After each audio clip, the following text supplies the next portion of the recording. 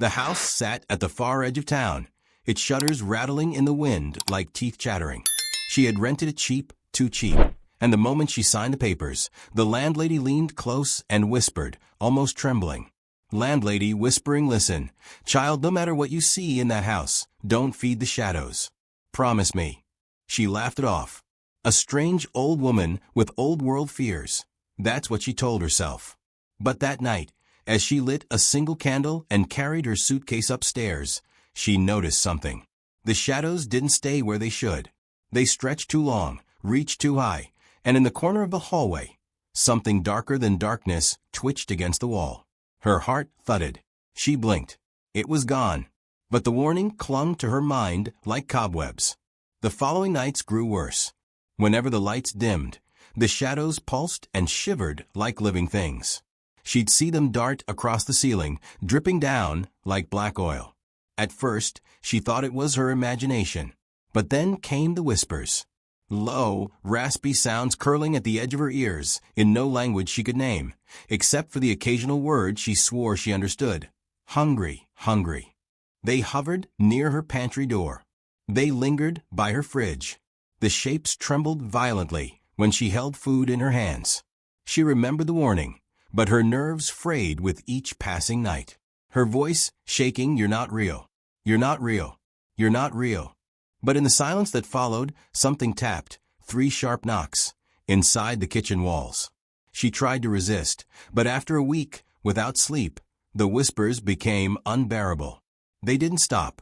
They clawed at her skull, begging, pleading, demanding. One night, trembling, she tore a piece of bread from a loaf and flung it into the darkest corner of the kitchen. The shadows lunged. They surged forward like a flood, enveloping the bread hole. There was no chewing, no sound, just sudden silence, as if the house itself exhaled. For the first time, her head was clear. No whispers, no scratching, just silence. Her shoulders dropped. A laugh, half mad with relief, escaped her lips. Her voice, relieved, "That's all you wanted? Food." But the next morning, when she went into the kitchen, the bread was back on the table. Except it wasn't bread anymore. It was soaked in something thick, black, and reeking of rot. She tried meat next, then fruit, then leftovers. Each time, the shadows devoured the offering, and each morning the food returned, blackened, pulsing, dripping. But soon, food wasn't enough. The whispers came back, shriller now, layered with screams. They started saying her name. Then the cat disappeared.